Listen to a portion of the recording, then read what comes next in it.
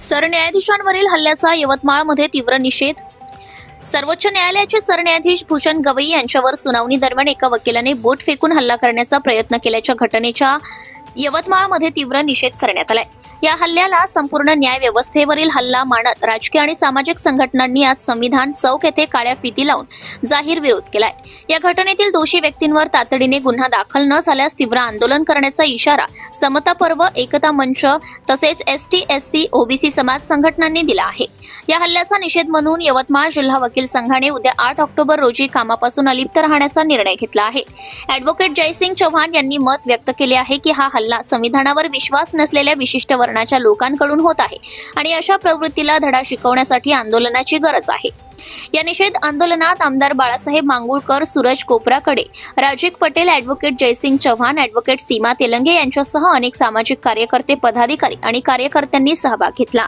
मी प्रमोदिनी रामटेके, सामाजिक कार्यकर्ता। सर्वोच्च न्यायालयाचे सरन्यायाधीश यांच्यावर जो न्यायालयामध्ये प्रकार घडला अतिशय निंदनीय बाब असून आम्ही त्याचा तीव्र निषेध करतो आणि भविष्यामध्ये असे जर प्रकार घडत असेल तर आम्ही त्याचा अक्कल आदर केल्याशिवाय राहणार नाही। जय संविधान। आज यवतमाळमध्ये आम्ही निषेध सभेचे आयोजन केले आहे। त्या निमित्तानं सर्वच सामाजिक क्षेत्रातील, राजकीय क्षेत्रातील आणि सर्व संघटना इथे एकत्र येऊन काल जो सुप्रीम कोर्टाचे जज गवई साहेबांना जो भ्याड हल्ला करण्याचा प्रयत्न त्यांनी केला त्याच्या विरोधात, त्याच्या निषेधार्थ इथं सर्वजण एकत्र येऊन त्या घटनेचा आम्ही जाहीर निषेध करतो। जर हे मनुवादी पिलावळ ज्या पद्धतीने बाहेर येत आहे, त्यांनी जर हे असेच भ्याड हल्ले जर सुरू केले तर आम्ही सामाजिक कार्य करणारे सर्व यांना यांची जागा ज्या पद्धतीने मिळेल त्या पद्धतीने आम्ही 100% दाखवून देऊ। हा आहे की हा हल्ला कुठल्या एका व्यक्तीवर झालेला नसून हा संपूर्ण न्यायव्यवस्थेवरती झालेला हल्ला आहे आणि अशा प्रकारचा प्रयत्न या अगोदर सुद्धा एका विशिष्ट वर्णाच्या लोकांनीच केलेला आहे। याचा आपल्याला दिसते न्यायमूर्ती हिदायतुल्लावरती झालेला हल्ला असो किंवा न्यायमूर्ती गांगुली आणि अरिजित परासाहेब यांच्यावरती झालेला हल्ला असो किंवा आता नुकतंच भूषण गवई साहेबांवरती झालेला हल्ला असो। या हल्लेखोरांचा जर आपण विचार केला की या हल्लेखोरांचा जर आपण इतिहास गोळा केला तर आपल्याला लक्षात येईल की एका विशिष्ट वर्णाची आणि विशिष्ट वर्गाची लोक आहेत आणि या लोकांना सर्वोच्च ठिकाणी जर कुठला व्यक्ती यांचा व्यक्ती जर नसेल आणि सर्वोच्च ठिकाणी जर इतर व्यक्ती जर बसले असेल तर यांचा पोटशूळ उडत असतो। हेच या घटनेवरून दिसत असते।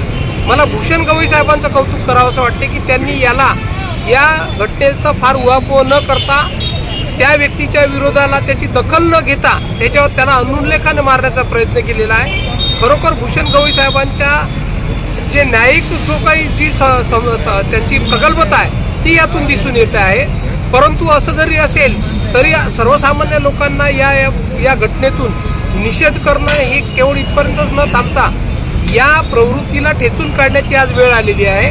कारण हे तेच लोक आहेत ज्यांचा संविधानावर विश्वास नाही आहे। संविधानाने निर्माण केलेल्या ज्या काही संस्था आहेत त्या संस्थांवरती विश्वास नाही आहे। मग इलेक्शन कमिशन असो, न्यायव्यवस्था असो, संसद असो किंवा इतर कुठल्याही संस्था असो, या संस्थेवरती यांचा विश्वास नाही आणि अशा संविधानावर विश्वास नसलेल्या लोकांना जागेवर आणण्यासाठी अशा प्रकारच्या या आंदोलनाची वारंवार गरज पडते आणि म्हणून आम्ही सर्व लोक या ठिकाणी निषेध करण्याकरता एकत्र। याहीपेक्षा मोठं आंदोलन भविष्यामध्ये राहणार आहे। न्यायालयाने, रजिस्ट्रारनी खरं म्हणजे या प्रकरणाची स्वतःहून दखल घ्यायची आवश्यकता होती, परंतु दुर्दैवाने त्यांनी अशी दखल घेतली आहे। बार काउन्सिल ऑफ इंडियाचं मला कौतुक करावं वाटते।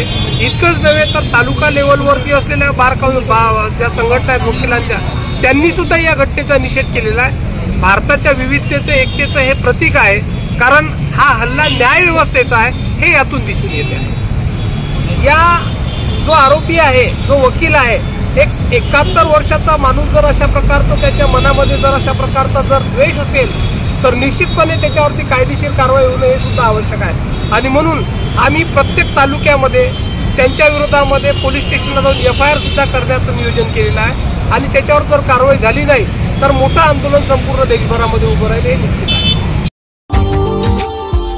Subscribe now and press the bell icon. Never miss an update.